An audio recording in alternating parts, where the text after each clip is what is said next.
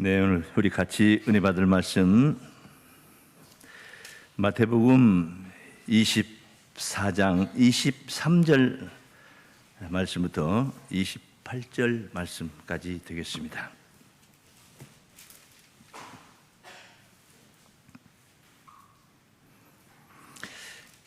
네. 봉독하겠습니다.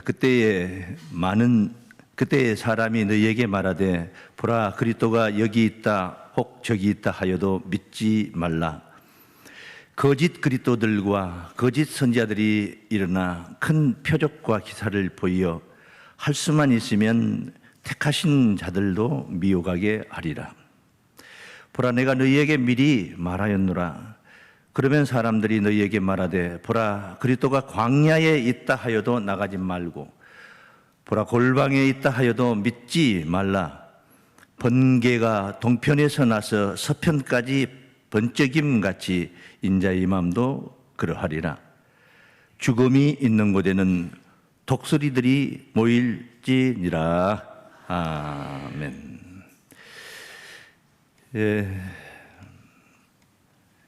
오늘 감람산 강화 6번째 시간 마태복음 24장 23절에서 28절 이 말씀을 통해서 예수 재림의 시점 이런 제목으로 말씀 증거하도록 하겠습니다.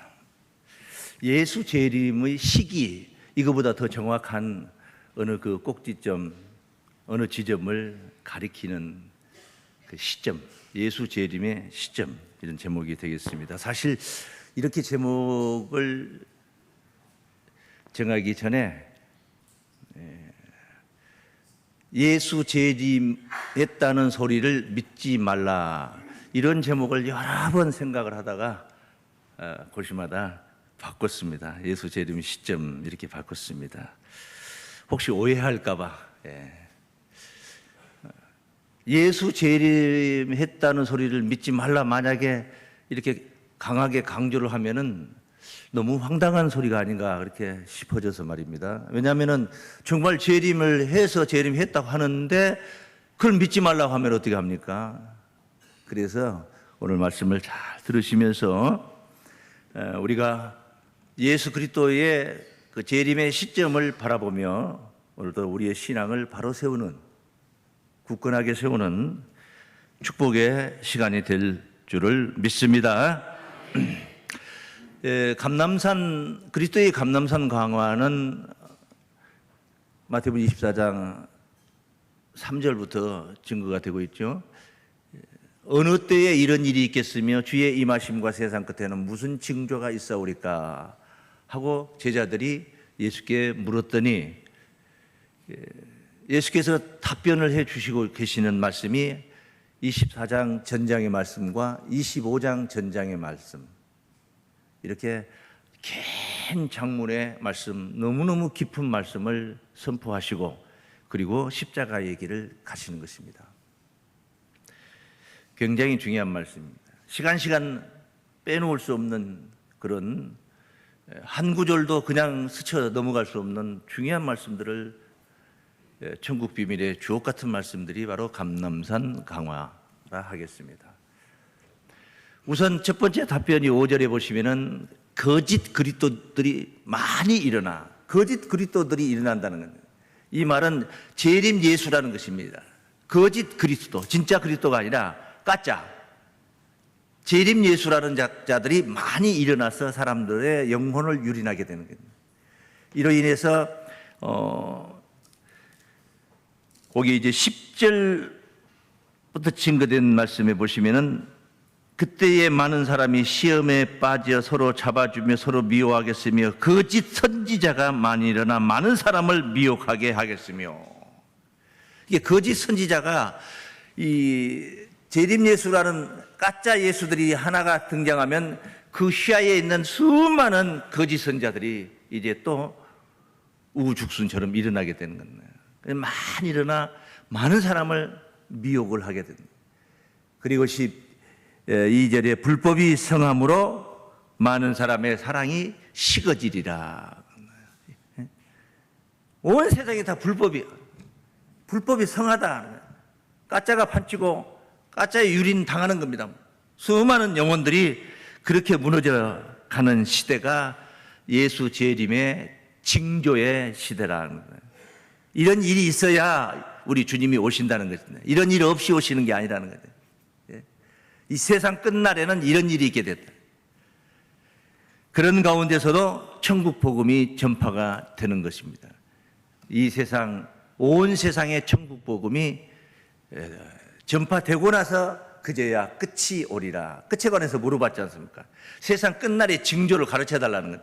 우리가 어떻게 감지할 수가 있게, 어떻게 바라보면서 이게 세상 끝이구나, 우리 주님이 오실 때구나, 이것을 우리가 어떻게 알 수 있겠습니까? 하고 물었던 답변의 말씀들이 그 몇 마디로 끝나는 게 아니라 마태복음 25장에 이르기까지 너무너무 장황한 말씀으로 증거가 되는데, 그 말씀들이 다 정말 한 구절 한 구절을 빼놓을 수 없는 깊은 말씀으로 증거가 되어 있습니다. 오늘 23절 지금 보시면은 이 말씀도 그 앞에 방금 언급했던 5절, 10절, 11절, 12절 뭐 이런 내용들이 다 반복되고 있는 말씀들인데 한번 보죠. 그때의 사람이 너희에게 말하되 보라 그리스도가 여기 있다 혹 저기 있다 하여도 믿지 말라.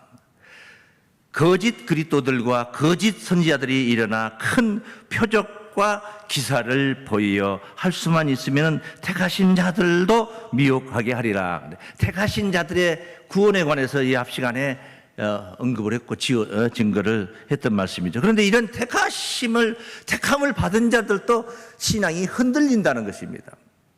왜 흔들리느냐? 여기 큰 표적과 기사를 보여. 말은 아무런 무능력한 자로 등장하는 게 아니라 능력을 행한다는 것입니다. 표적을 가지고 온다는 것입니다. 기사 이적을 행한다는 것입니다. 그래서 흔들리는 거예요. 진짜 재림 예수인가? 이런 생각을 하게 되는 것입니다. 어쨌든 이런 가운데 불법이 성한 세상이 오게 되는 것입니다. 그래서 끝날을 짐작해 하고 끝날의 징조가 드러나지만은 그렇다고 해서 주님이 오신 게 아니라는 거예요. 그런 가운데 주님이 등장하는 게 아니라는 거예요. 그래서 믿지 말라. 예수가 오셨다는, 예수 재림했다는 소리는 절대 믿지 말라. 지금 계속 강조하고 있는 말씀입니다. 그런데 어떻게 예수님이 언제 오시느냐? 이 문제도 감람산 강화 두 번째 시간 멸망의 가증한 것이라는 제목하에 증거를 했던 부분, 그 말씀 중에 우리가 함께 보았던 말씀을 한번 다시 돌아가 봅니다. 데살로니가 후서 2장 1절입니다. 형제들아 우리가 너희에게 구하는 것은 우리 주 예수 그리스도의 강림하심과 우리가 그 앞에 모임에 관하여 혹 영으로나 혹 말로나 혹 우리에게서 받았다는 편지로나 주의 날이 이르렀다고 동심하거나 두려워하거나 하지 아니할 그것이라. 절대 마음이 흔들리면 안 된다는, 동심하지 말라, 흔들리지 말라는 것입니다. 예수 오셨다는 이야기, 혹 영으로나 말로나 우리에게 받았다는 편지로나 어떤 유력한 목자의 서적을 통해서도 은근슬쩍 예수가 재림했다는 것을 표현하는 그런 서적들도 있어요. 믿지 말라. 누가 아무렇게 하여도 별소리를 할지라도 너희가 미혹하지 말라. 미혹하는 자리에 서지 말라는 거예요. 미혹을 받지 말고, 미혹을 받아가지고 그걸 또 포교활동하느라고 또 그걸 전하려고 그런 자리에 서지 말라. 먼저 예수가 오시기 전에 먼저 일어날 일들이 있다는, 배도하는 일이 있고, 배도한다는 것은 도를 등진다는 것이에요. 등배자를 쓰는, 도를 등지는 거예요. 하나님의 말씀을 믿지 않는 겁니다. 저 불법의 사람 곧 멸망의 아들이 나타나기 전에는 이르지 아니하리니. 멸망의 아들이 먼저 나타난다. 그래서 멸망의 가증한 것이 거룩한 것에 선 것을 보거든 읽는 자는 깨달을진저 유대에 있는 자들은 산으로 도망할지어다. 이런 내용들이 다 증거되었던 내용들이었죠. 그런 말씀이냐. 멸망의 아들이 먼저 출현한다. 예수 재림이 먼저 이루어진 게 아니라 멸망에 가증한 것이 거룩한 것에 서는데, 그 입술이 얼마나 더럽고 참남되냐 하면은, 자기가 하나님이라는 것입니다. 하나님이라는 그 말씀이 거기 바로 뒤에 나오죠. 저는 대적하는 자라 범사에 일컫는 하나님이나 말끝마다 다 자기가 하나님이라는 거예요. 꼭 하나님 이 세 글자를 하지 않아도 그 의도가 다 하나님이라는 거예요. 자기가 하나님이라는 거예요. 내가 백마탄자다. 내가 마지막 때 세례 요한적인 사명자로 왔다. 뭐 별의별 소리를 하면서 자기를 주장하는 그런 자들이 있습니다. 그런데 여기 감히 하나님이라는 용어를 붙입니다. 어떻게 하나님이라고 말할 수 있습니까? 인간의 몸을 입은 육체를 가진 자가 어떻게 만유를 창조하시고 그 장중에 쥐고 계시는 그 전능하신 하나님, 그분의 이름을 가져다 붙일 수 있습니까? 범사에 일컫는 하나님이나 숭배함을 받는 자 위에 뛰어나 자존하여 자기 스스로 자기를 높이는 것입니다. 하나님 성전에 앉아 자기를 보여 하나님이라 하느니라. 그러니 여기 예수 안 믿는 자들 가운데 어디 불교계나 유교계나 어디 이런 데서 나오는 게 아니야. 하나님 성전에 앉아 자기를 보여 하나님이라 하느니라. 그래서 이 불의가 극단적인 상태까지 가게 되는 거예요. 이보다 더 망가질 수가 없어요. 극한 어둠의 시대가 먼저 있게 된다는 것입니다. 예수 오시기 이전에 먼저 이런 일이 있는다는 거예요. 어떤 한 사람이 나타나서 내가 하나님이다 한다고 해서 예수가 그 다음에 바로 오는 게 아니라는, 그 내가 하나님이라 하는 이 멸망의 가증한 것이 등장함으로 인해서 온 세계가 다 흔들려 버리고 동심하고 미혹되고 영혼을 다 탕진하게 되는 거예요. 어둠의 시대입니다. 최악의 어둠의 시대거든요. 그래서 오늘 예수 재림의 시점, 오늘 첫 번째 요점을 이렇게 정했습니다. 극한 어둠의 시대가 먼저 열립니다. 이렇게 다 함께 시작. 극한 어둠의 시대가 먼저 열립니다. 주님은 이런 어두운 시대에 오시는 게 아니에요. 세상에서 예수 재림을 기다리면 여러분 안 됩니다. 그러면 안 됩니다. 세상에서 예수 재림을 기다리다 보니까 미혹이 되는 겁니다. 그런 소리에 귀가 기울여지는 것입니다. 딱 정해놔야 돼요. 한 가지 딱 정해놔야 돼요. 세상이 새롭게 되어야 오신다. 이렇게 정해놔야 돼요. 이런 더러운 세상에는 안 오신다는 겁니다. 이런 더러운 세상에 오신 주님이 누구냐? 그게 초림 예수예요. 마구간에 낮은 것으로 오신, 십자가를 지시기 위해 죄인들을 위해서 오신, 고난받기 위해서 오신 예수예요. 다시 오신 주님은 고난받으러 오시는 분이 아니에요. 영광받으러 오시는 분이에요. 이 더러운 세상에서 영광 못 받아요. 진짜 예수님이 재림 예수가 나타났다고 칩시다. 정말로 나타났다 칩시다. 누가 죽이느냐? 예수 안 믿는 자들이 죽이는 게 아니에요. 예수 믿는 자들이 죽여요. 목에 칼이 들어와도 자기가 예수라고 할 거 아니에요. 진짜 예수가 예수라면은. 그럴 거 아니에요. 예수님이 손과 발에 못을 받고 허리에 창으로 허리를 찌르니까 내가 하나님 아들 아닙니다. 나는 아닙니다. 나는 메시아 아니라 그러더니까? 당신이 메시아인데 당신이 그리스도인데 빌라도가 네가 정말 유대 왕이냐? 네가 그리스도냐? 네가 말하였도다. 맞다 이 말이야. 맞다 이 말이네. 내가 그리스도다 이 말이네. 재림에서 이런 더러운 세상에 오시는 게 아닙니다. 또 십자가에 못 박힐 일이 있다면 오시겠죠. 십자가는 한 번의 효용으로 단 한 번으로 온 인류의 죄를 도말하는 그런 효용을 가진 보혈인 줄로 믿습니다. 다시 죽고 날마다 죽어주고 나를 위해서 죽어주고 또 죽어주고, 그러니까 오늘날 죄인 하고 있는 자들, 예수 믿으면서 죄인 하고 있는 자들, 그 지금 뭔가 잘못 믿고 있다는 것입니다. 보혈의 효용을, 은혜를 아직 못 입고 있다는 거예요. 보혈의 은혜를 입으면은 값없이 죄사함을 얻는 겁니다. 구속함을 얻는 것입니다. 한 사람의 순종치 아니함으로 많은 사람이 죄인 된 것과 같이 한 사람 예수 그리스도의 순종하심으로 많은 사람이 의인이 되리라. 많은 사람이 의인이 되리라 하면 되는 거예요. 그 로마서 5장 19절 말씀 아닙니까? 그런데 되리라 하는데 의인은 없나니 하나도 없다. 눈 씻고 봐도 없고 사스타를 바르고 봐도 없다. 그러면 이 예수 농사 다 망친 거죠. 아무리 온 들녘을 바라봐도 황금 들녘이 돼야 되는데 가을에, 그런데 눈 씻고 봐도 나락 알갱이 익은 거 하나도 없다 한다면 농사 다 망친 거 아닙니까? 예수 잘못 믿고 있는 거예요. 왜? 목자가 그리스도의 보혈의 은혜를 제대로 심어주지 못하기 때문에 신앙 상태가 그런 상태에 머물러 버립니다. 나라는 존재, 이 더러운 세상 속에서 때 묻은 나라는 존재는 죽어야 되는 거죠. 십자가와 함께 연합하여 죽어야 되는 거예요. 내가 죄인 하는 것은 내가 지금도 아직도 살아있다 이 말입니다.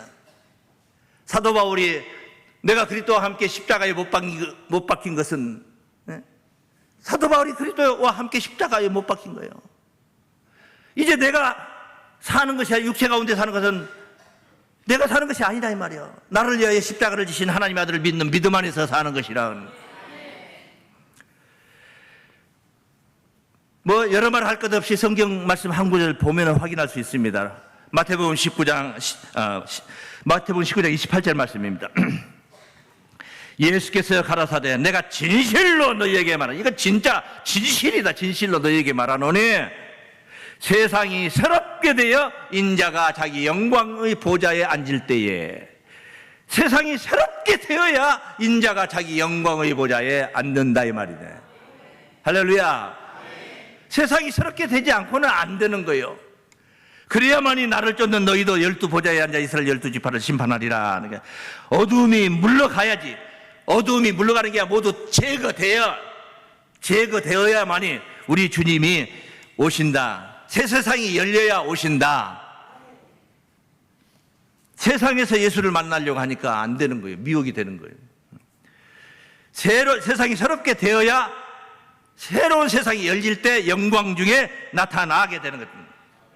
난무하고 있는 이 불의, 거짓, 미혹의 영 모두 다 제거가 되어야만이, 소멸이 되어야만이, 어둠이 거쳐야만이 주님이 오신다, 그런 말씀이에요.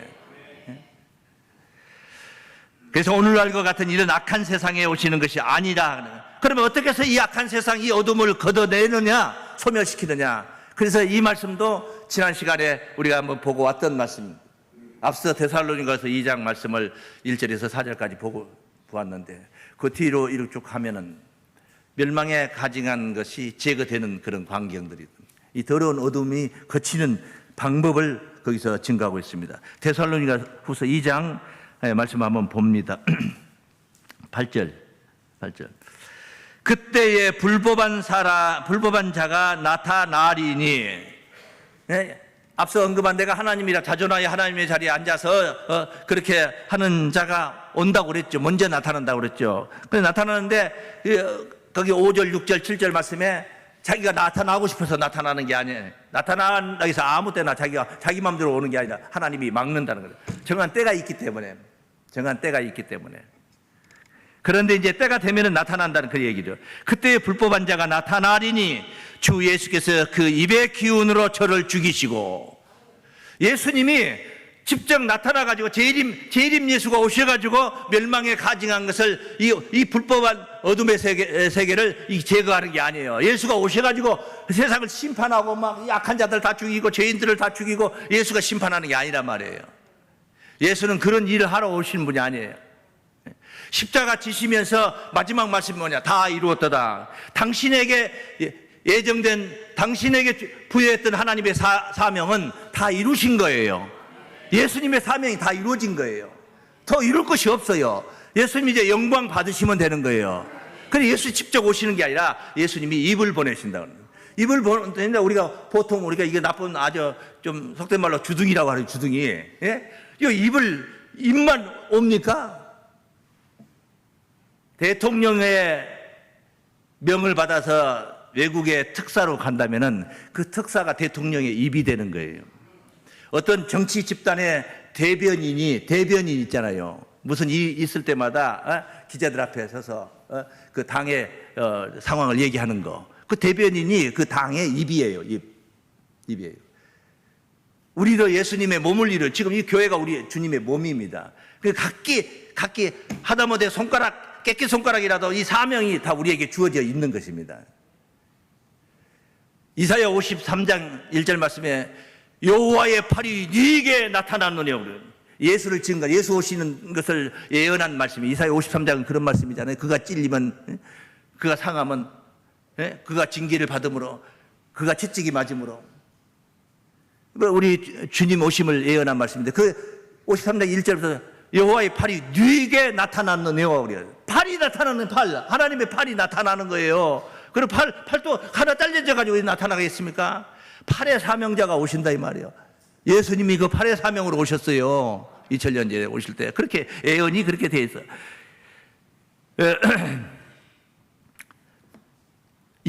예수께서 입의 기운으로 저를 죽이시고라는 건 단순하게 불법한 사람 한 사람 죽이는 표현 같지만은 이게 어둠이 거치는 이야기를 하는 겁니다. 강림하여 죽이시고 순서가 있잖아요. 강림하여 죽이시고가 아니고 죽이시고 강림하여 나타나심으로 폐하리라. 그러니까 세상은 그걸로 이제 끝이 나는 겁니다. 예? 강림하여 나타나셔서 죽이시고 이게 아니단 말이에요. 순서가 죽이시고 강림하여 나타나신 거예요. 새 세상이 열리니까 강림하여 나타난다는 것은 누가 가르쳐 주어야 아는 게 아니야. 나타난다는 거야. 다 알게 된다는 거야. 골방에 있다, 광야에 있다, 그 소리를 듣고 아는 게 아니란 말이에요. 나타나시니까. 너무너무 깊은 말씀입니다. 그래서 입의 기운에 관해서 제가 그 말씀을 증거를 해드렸죠. 요한복음 14장 26절 말씀 보면은 곧 아버지께서 내 이름으로 보내실 성령 그가 너희에게 모든 것을 가르치시고 내가 너희에게 말한 모든 것을 생각나게 하시리라. 이 보혜사 성령은 예수 이름으로 오시는 성령이에요. 예수 이름으로 온다는 말이 그게 입이다 이 말이죠. 그래서 예수께서 하실 말씀을 다 보혜사 성령을 통해서 증거를 하시는 겁니다. 보혜사 성령이 오셔서 예수를 증거하는 거죠. 예수를. 이것을 무슨 성령이라 했냐면 15장 26절에 보시면은 진리의 성령이라고 증언. 내가 아버지께로서 너희에게 보낼 보혜사 곧 아버지께로서 나오시는 진리의 성령이 오실 때에 그가 나를 증거하실 것이요. 성령은 한 분이에요. 성령이 파가 있다든가 성령이 여러분이 있는데 네가 받은 성령 내가 받은 성령 다 다르다 이렇게 말할 수 없어요. 성령은 한 분이에요. 하나님이 한 분이고 그리스도가 한 분이듯이 많은 그리스도가 나타나지만은 그건 가짜기 때문에 많지 진짜는 한 분이죠. 성령도 한 분이에요. 한 분이지만 은사는 많은 겁니다. 저도 사람으로 볼 때 저도 한 사람이에요. 몇 사람이에요? 지금 보니까 한 사람이지만 여러분 앞에는 목자로 섰지만 자녀들 앞에는 아버지로 서 있는 것이고 친구들 앞에는 친구로 서 있는 것이고 사명이라는 게 그러잖아요. 어떤 분은 자기 아버지가 교수님도 될 수 있고 학교에서는 교수님 하는 것이고 집에 와서는 아버지 집에서도 교수님 하겠습니까? 그렇듯 성령은 한 분이에요. 한 분인데 은사는 여러 가지라. 맞습니까? 은사는 여러 가지야. 그 대표적인 은사가 뭐냐? 불같은 성령. 우리가 찬송가도 불로 충만하게 하소서 하고 하는 찬송이 있지 않습니까? 이 불같은 성령, 마음을 뜨겁게 하는 성령이. 방언이 터지고, 그래서 그 신앙이 더 활기차게 되고, 활성화되고, 믿음이 커지게 하는 성령. 그래서 지금 언급하고 있는 성령은 그런 성령이 아니에요. 진리의 성령이라고. 왜 진리의 성령이라 하느냐? 진리를 가지고 오시니까 진리의 성령이에요.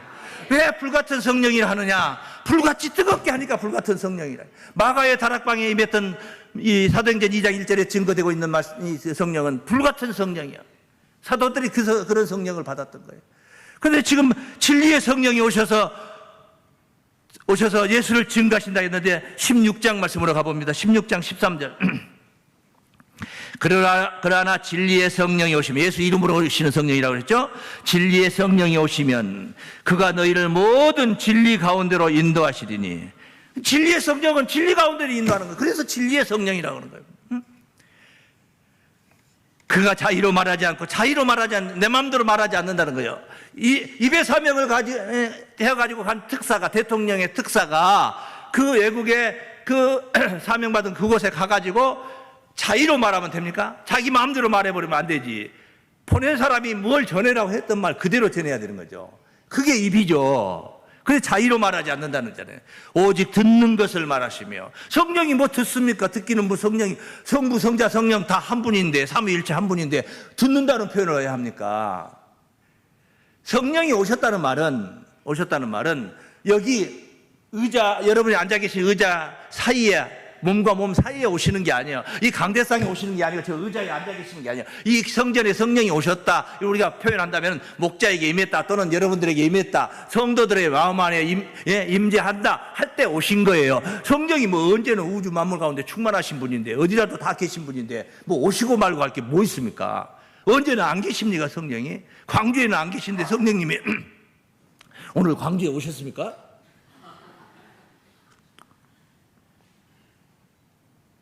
오셨다 이 말은 받은 자가 있다 이 말이에요. 성령 받은 자가 있다. 이게 성령 받은 자는, 진리의 성령을 받은 자는 자의로 말하면 안 되는 거예요. 자기 멋대로 말하면 안 돼요. 그럼 어떻게 말해야 돼요? 예수께서 하신 말씀만 전해야 되는 거예요. 그게 바로 성경인 줄로 믿습니다. 본문 말씀 한 구절 읽어놓고 세상 이야기 잔뜩 정치 이야기하고 은연중에 누구를 찍어라 소리나 하고 있고 그런 스포츠 얘기는 하고 있고 그는 자의로 말하는 거예요. 세상 얘기, 그건 세상 얘기야. 우리가 여기 모인 것은 목사의 어떤 세상 철학 무슨 뭐 이런 걸 들으러 오신 게 아니고 그리스도의 말씀, 하나님의 말씀을 들으러 오신 줄로 믿습니다. 그래서 저도 충실하는 거예요. 그래서 그 일에 충실한 거예요. 자의로 말하지 않고 오직 듣는 것을 말하시며 장래일을 너희에게 알리시리라. 장차 어떤 일들이 지금 오늘 그 예수 재림의 시점이라는 이야기로 장래일을 이야기해요. 예수께서 마태복음 24장 전장에 걸쳐서 다 장래일에 관해서만 증거를 했던 거예요. 당장 코앞에 있는 이야기를 한 게 아니라 장차 임하실 주의 임하심과 세상 끝에는 무슨 징조가 있어. 우리가 질문 자체도 장래일을 물어봤고 답변도 장래일에 관한 답변을 한 거예요. 그가 내 영광을 나타내니 내 것을 가지고 너희에게 알리겠습니다. 예수 영광만 나타내는, 진리의 성령은 예수 영광만 나타나게 된다. 이런 진리의 성령의 사랑을 우리가 입어야 될 줄로 믿습니다. 진리 가운데로만 인도한다 하자. 진리 가운데로. 진리가 뭔데요? 진리가 뭔데요? 예수께서 요한복음 17장 17절 말씀에 증거합니다. 저희를 진리로 거룩하게 하옵소서. 아버지의 말씀은 진리니이다. 하나님의 말씀이 진리예요.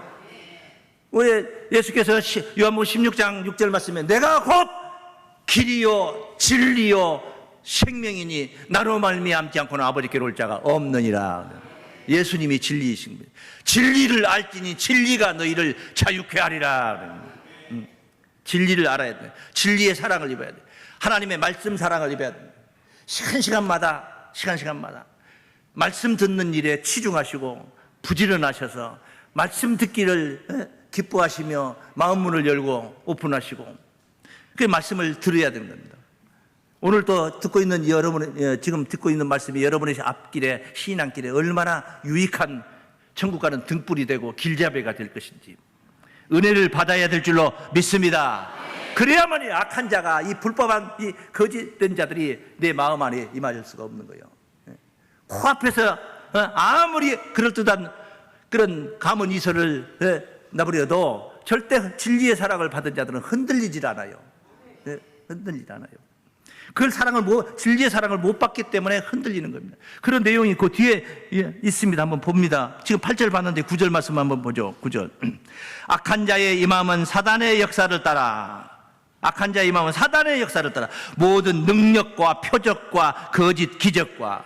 그러니까 그 아무 능력도 없이 그냥 나타나는 게 아니라는 거예요.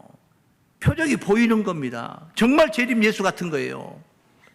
기적과 불의의 모든 속임으로 멸망하는 자들에게 임하리니 이는 저희가 이 멸망하는 자들이 왜 멸망하는 자들이냐? 이는 저희가 진리의 사랑을 받지 아니하여 구원함을 얻지 못함이라. 진리의 사랑을 받아야 되는 진리의 사랑을 받지 못한 거예요. 40년을 믿고 50년을 예수 믿어도 성경 구절 한 10구절만 얘기해보라고 못하는 거예요. 겨우 아는 게 뭐냐? 하나님이 세상을 이처럼 사랑해서 노래를 많이 불러봤기 때문에 요한복음 3장 16절은 주일학교 때 배웠던 것, 유년주일학교 때 배웠던 것. 모르는 거예요. 진리의 사랑을 받지 못했기 때문에. 그런데 여러분 생각해 보십시오. 오늘 이 짧은 시간에 이 수많은 성경 말씀을 듣는데 이 듣는 말씀이 한 번만 듣는 게 아니라 계속 매주마다 매 수요 예배마다 이렇게 듣고 있으면 여러분 외워지지 말라 해도 그냥 속에서 다 그 말씀이 인이배기게 돼 있어요. 영어 단어를 막 외우고 수거를 외우고 문장을 외워가지고 영어가 되는 게 아니라 영어권에 살면서 영어를 많이 듣다 보면 자기도 모르게 그게 열리는 거예요. 그게 어린 애기들이 이제 돌도 안 된 애들이 엄마 하는 것은 왜 엄마 합니까? 왜 아빠를 먼저 안 하고 엄마를 먼저 합니까? 친구야 누구야 소리 못 하잖아요. 엄마는 잘하잖아요. 왜? 엄마 소리를 그만큼 많이 들었기 때문에 열린 거예요. 엄마가 열린 거예요. 많이 들어야 열리는 거예요. 말씀도 많이 들어야 열릴 줄로 믿습니다. 이게 많이 들어야 되는 것입니다. 죄악된 세상에서 예수 재림의 소식을 믿지 말라. 이것이 두 번째 요지입니다. 다 함께 시작. 죄악된 세상에서 예수 재림의 소식을 믿지 말라. 누가 어떤 그럴듯한 소리를 해도 절대 이런 세상에서 예수 오셨다 소리는 믿지 말라. 예? 세상인 상태에서는 절대 예수 재림 하시지 않는다. 그럼 언제 오세요? 새 세상이 열려야 된다. 믿습니까? 어둠이 거쳐야만이 오신다 이 말이에요. 계속 강조하는 말씀이에요.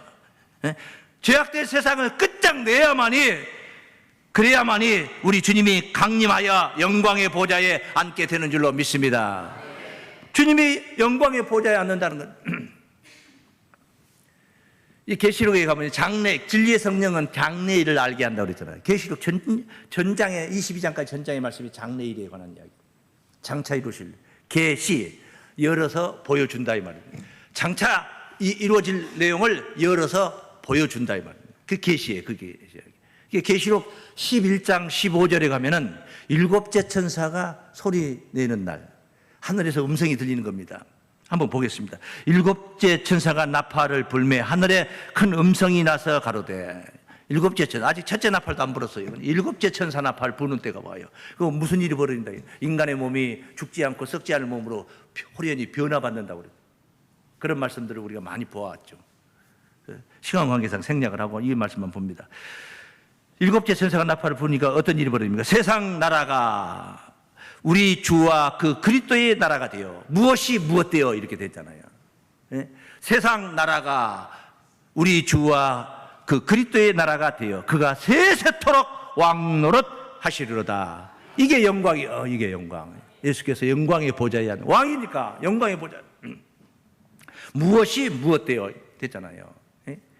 달나라가 그리스도의 나라 되어 이거 아니에요. 화성이나 목성이나 우주가 그리스도의 나라 되어 이게 아닙니다. 세상 나라가 무슨 나라가? 세상은 버려지는 게 아니라 이 더러운 세상은 이제 불의를 다 제거해서 새로운 새 세상을 만드는 거예요. 그게 그리스도의 나라예요. 그리스도의 나라. 그래서 우리가 복음을 전파하는 것입니다. 믿습니까? 자, 여러분 왼편에 벽면 보시겠습니다. 벽면 프랑카드. 세계 복음화를 위하여 신명을 다하자. 다 함께 시작.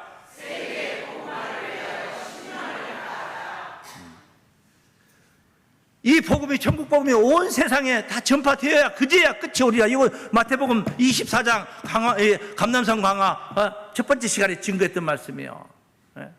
14절에 증거된 말씀. 모든 민족에게 증거되기 위하여 이 천국 복음이 온 세상에 전파되리니 그제야 끝이 오리라. 예? 그제야 끝이 오리라.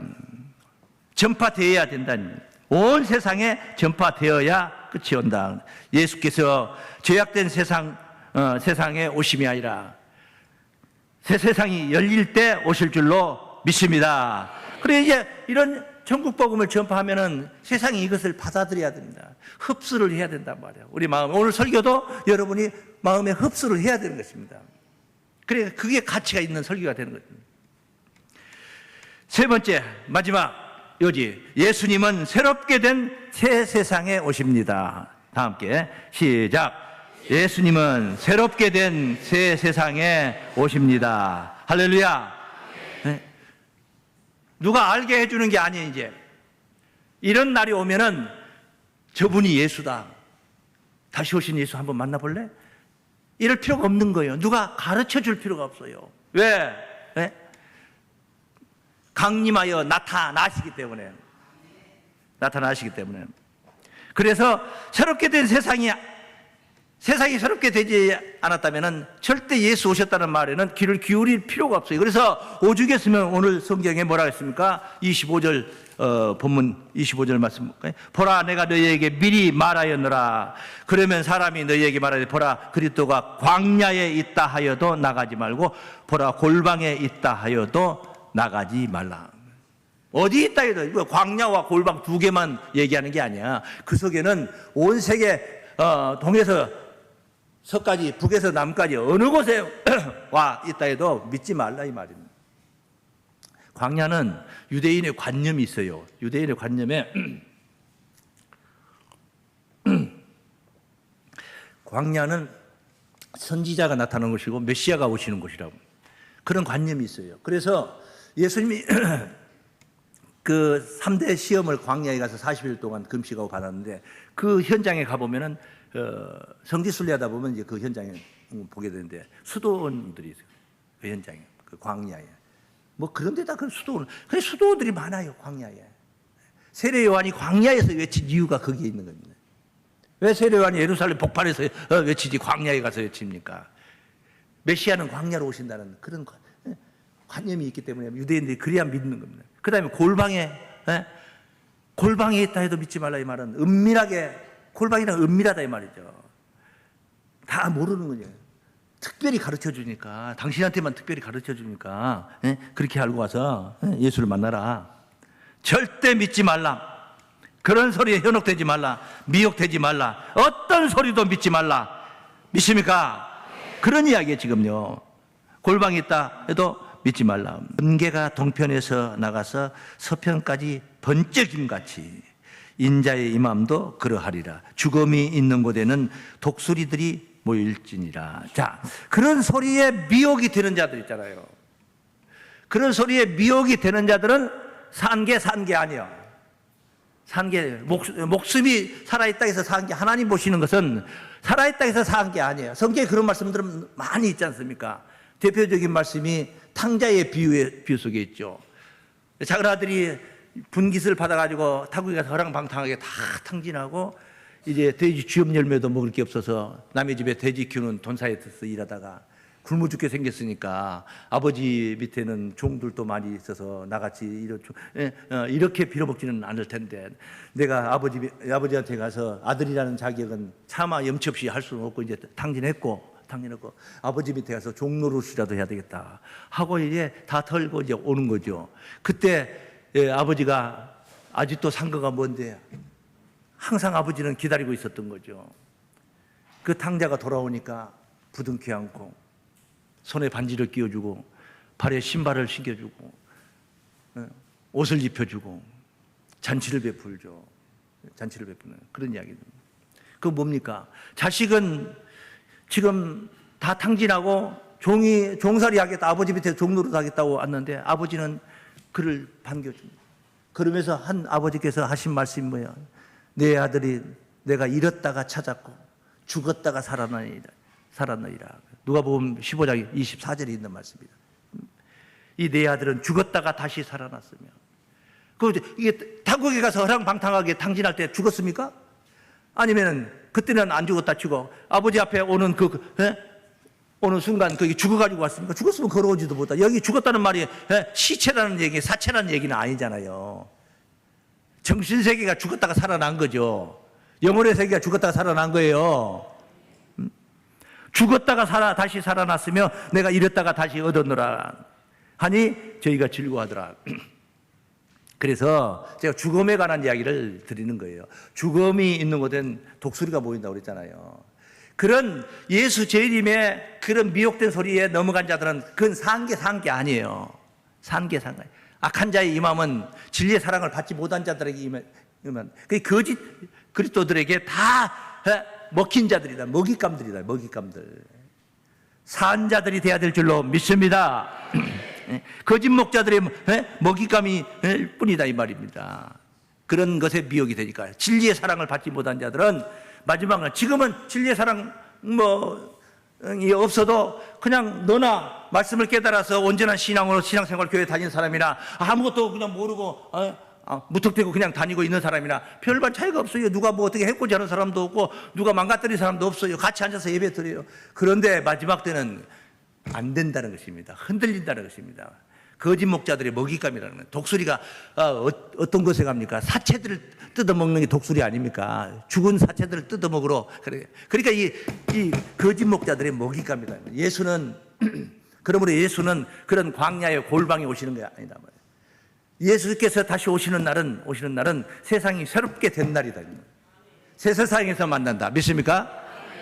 새 세상에서 만나는 거예요. 이런 더러운 세상에서 예수를 만나려고 하면 안 되는 거예요. 그래서 성경은 지금 이렇게 표현하고 있습니다. 27절 말씀에 27절만 번개가 동편에서 나서 서편까지 번쩍임 같이. 자, 동편에서 서편까지 전체다. 온 우주, 온 세상 다 동편에서 서편까지. 예? 어디입니까? 동해안 강릉에서 서해안 무슨 대천 앞바다까지 얘기합니까? 동편에서 서편까지 온 세상 다 전체를 포괄해서 이렇게 함유하고 있는 말씀이에요. 번쩍임 같이. 번쩍임 다 보잖아요. 번개가 번쩍이 다 누구라도 보지 않습니까? 번쩍임 같이 인자의 마음도 그러하리라. 다 알게 오신다 이 말이에요. 누가 은밀하게 가르쳐 줘가지고 알게 되는 게 아니에요. 그냥 스스로 다 아는 거예요. 그런 세상이 된 거예요. 그런 세상. 그런 인간의 몸으로 변화를 받았기 때문에 가능한 얘기가. 예, 이사야서 11장 말씀 보겠습니다. 9절입니다. 이사야 11장 9절. 나의 거룩한 산 모든 곳에서 해됨도 없고 상함도 없을 것이니 이는 물이 바다를 덮음과 같이 여호와를 아는 지식이 세상에 뭐 할 것이라? 충만할 것이다. 누가 예수를 가르쳐주고 하나님을 가르쳐주는 게 아니에요. 그냥 물이 바다를 덮음과 같이 온 바다에 다 물로 덮여져 있는 것처럼 여호와를 아는 지식이 세상에 충만하다. 하나님 모르는 사람이 없다 이 말이에요. 다 하나님을 안다. 모르는 사람들은요 이미 다 흙으로 돌아갔지. 이미 끝장났지. 이거는 성산인데 여기 성산이에요. 성산. 해됨도 없고 상함도 없는 그게 성산 아닙니까? 이사야 65장 17절 말씀 보면 보라 내가 새 하늘과 새 땅을 창조하나니 이전 것은 기억되거나 마음에 생각나지 아니할 것이라. 쭉 시작되는 말씀이 그 말씀을 24절 말씀 가보겠습니다. 이사야 65장 24절. 그들이 부르기 어떤 세상인가? 그 성산이거든요. 그들이 부르기 전에 내가 응답하겠고 꼭 불러야 하나님이 응답하는 게 아니야. 그들이 말을 마치기 전에 내가 들을 것이며 내가 말을 다 주절주절 다 해야만이 하나님이 다 알아듣고 그때 응답해주고 기도 응답해주고 이게 아니에요. 다 하나님이 우리를 다 알고 계셔요. 내가 뭘 원하고 계신 걸 다 알아요. 이리와 어린 양이 함께 먹을 거예요. 어떻게 이리하고 어린 양이 같이 먹습니까? 사자가 소처럼 사자 풀 뜯어 먹는 소리 지금 하고 있는 거예요. 제가 지금 사자 풀 뜯어 먹는 소리 아닙니까? 사자가 소처럼 뭘 먹을 것이며 이 세상에서는 믿을 수 없는 소리야. 말도 안 되는 소리를 가리켜 개 풀 뜯어 먹는 소리 하고 있다고 그러잖아요. 진돗개를 우리 교회에서 2마리 키웠는데 풀 뜯어 먹더라고 정말로 개가. 사자가 소처럼 집을 먹어. 살생이 없다는 것을 강조하는 살생이 없는 거예요. 사자는 약육강식으로 약한 자들 잡아먹지 않습니까? 그런데 그럴 필요가 없어서 없는 시대에 뱀은 흙으로 식물을 삼을 것이니 나의 성산에 하나님의 성산에서는 해함도 없겠고 상함도 없으리라. 여호와의 말이니라. 오죽했으면 이 밑에 끝에다가 여호와의 말이니라를 붙여놨겠습니까? 이거 안 믿어지는 소리이기 때문에 목자가 그냥 성경이 없는 소리 하면 안 믿어요. 이거 안 믿어요. 그런데 그 안 믿어질 만한 소리이기 때문에 여호와의 말이니라 붙여놓은 거예요. 믿어라 이 말이야. 네가 하나님을 믿는 자라면 이 사실을 믿어라. 그런 말씀이에요. 왜 하나님이 내가 내 마음속에 있는 것을 하나님이 다 알고 있어요. 하나님이 내 마음 안에 계시고 내가 하나님 안에 있기 때문에 한 영이라. 고린도전서 6장 17절 말씀 주와 합한 자는 한 영이니라 그래요. 주와 합한 자는 한 영이니라. 그래 예수와 합해줄 수가 있다 이 말이야. 한 영이 하나가 되는 거야. 정신이 하나고 마음이 하나고 생각이 하나예요. 다 똑같아. 하나님이 생각하고 있는 구상하고 있는 거나 내가 구상하고 있는 그 같다 이 말이에요. 그런 세상이 열린 거예요. 그게 성산이에요. 그게 성산. 할렐루야. 그래서 그냥 얼굴 보면 아는 겁니다.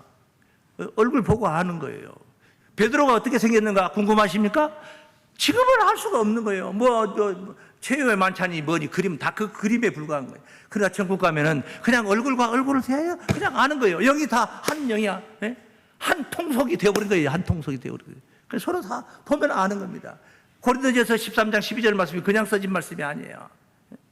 우리가 이제는 거울로 보는 것 같이 희미하나 그때는 얼굴과 얼굴을 대하여 볼 것이요. 그때는 얼굴과 얼굴을 대하여 볼 것이요. 할렐루야. 그런 날이 오는 거예요. 그냥 보면 아는 거예요. 보면 믿어지는 것이고 다 알아보는 거예요. 그런 차원으로 우리가 변화를 받는 날, 그때 우리 주님이 어떻게 생겨 누가 봤습니까? 인자하게 그려놓은 것이죠. 성화를 보면 인자하게 그려놓은 것에 불과해요. 예수님 꼭 그렇게 생긴 건 아니죠. 그러나 그날에 가면은 얼굴과 얼굴을 대하여 보는 겁니다. 그냥 아는 거예요. 그분이 예수라는 거 아는 거예요. 못작 보고 알리라. 그 미친 소리예요. 찬송가 못작 보고 알리라. 그거 잘못된 거예요. 잘못된 거. 잘못된 거는 말은 바른 말이에요. 입은 삐뚤어졌어도 말은 바른 말이에요. 입도 안 삐뚤어졌는데 더더구나 바른 말 해야 될 거 아닙니까? 어떻게 못작 보고 아냐고요, 예수를. 얼굴 보면 아는 거지. 그러면은 암병 걸려가지고 죽어가지고 그냥 굴이 배짝 말라가지고 혀가 그냥 다 타들어가가지고 그 죽은 사람은 그때 가서 돌아가실 때 그 모습 봤기 때문에 그거 입 열어가지고 혀 타들어갔는가 안 들어가는 보고 그 사람 알아볼 겁니까? 스데반은 돌에 맞아 머리가 터지고 골이 깨지고 나오고 창자가 다 터져 나왔는데 스데반을 찾으면 천국 가서 스데반만 할 때 그때 머리 깨지는 거 보고 알리라. 그 말이 되는 소리입니까? 팔이 하나가 없이 예수 잘 믿고 죽었는데 팔 하나가 없는 거 보고 그때 만날 거냐고. 없는 팔도 다 붙어있고 우리가 만칭창이야. 세상에서 이 더러운 세상에서 만칭창이야 된 이 몸도 그날 거기 가면은 깨끗한 몸으로 어린아이 살과 같이 그런 깨끗한 몸으로 변화를 받아가지고 그냥 보는 거예요. 그렇게 만나는 거예요. 못자국을 보여준 건 도마에게 못자국을 보여준 것은 도마가 안 믿으니까 표적으로 보여준 거예요. 그게 신령한 몸이에요. 부활이라는 건 그런 거예요. 그게 신령이에요. 부활은 못자국을 볼 수도 있고 허리에다 찔러 보면 진짜 몸을 만질 수도 있고 뼈가 있을 수도 있고 또 신령한 몸이라는 것은 또 없을 수도 있고 물고기를 잡아서 구웠는데 거기서 먹을 수도 있고 또 안 먹어도 상관없는 거고 그거 제자들이 양식 안 갖다 주면 부활 예수님 굶어 죽는 거 아니에요. 신령한 몸이에요. 믿습니까? 그러니까 이런 벽이나 천장 이런 걸 다 초월하는 겁니다. 제자들이 문을 잠가놨는데 예수님이 나타나 너에게 평강이 있을지어다. 깜짝 놀라 문장을 유대인들이 두려워가지고 숨었는데 예수님이 거기 나타나 문 잠갔다 해서 못 들어가는 예수님이 아니에요. 음식을 먹다 없는 가운데 하늘로 승천하신 광경을 보여주셨어요. 그러면 지붕이 막 다 쏟아져야 되는 거 아니야. 예수님이 올라가면은 뻥 뚫려야 될 거 아니야. 뻥 뚫리지 않아도 예수님이 올라가실 수 있는 분이에요. 그게 바로 신령한 몸인 줄로 믿습니다. 그러므로 이런 예수를 번개가 동에서 서까지 번쩍인 같이 누구라도 다 보고 광야에 가서 찾아보는 것이 아니고 골방에 가서 은밀하게 자기들 끼리끼리만 만나가지고 그렇게 은밀하게 몇 사람만 구원받는 그런 구원이 아니다 말이야. 이때는 다 땅에 속한 자들은 다 흙으로 돌아갔고 이제 예수 안에 새로운 피조물들의 세상이 열린 줄로 믿습니다. 그게 바로 우리가 주님을 만나는 시점이에요. 주님을. 그런 주님을 만나기 위해서 오늘도 우리는 진리 가운데 인도함을 받고 진리의 사랑의 이 은혜 속에 있는 줄로 믿습니다. 이 사랑이 주님 만나는 그날까지 영원하시기를 주의 이름으로 축원합니다.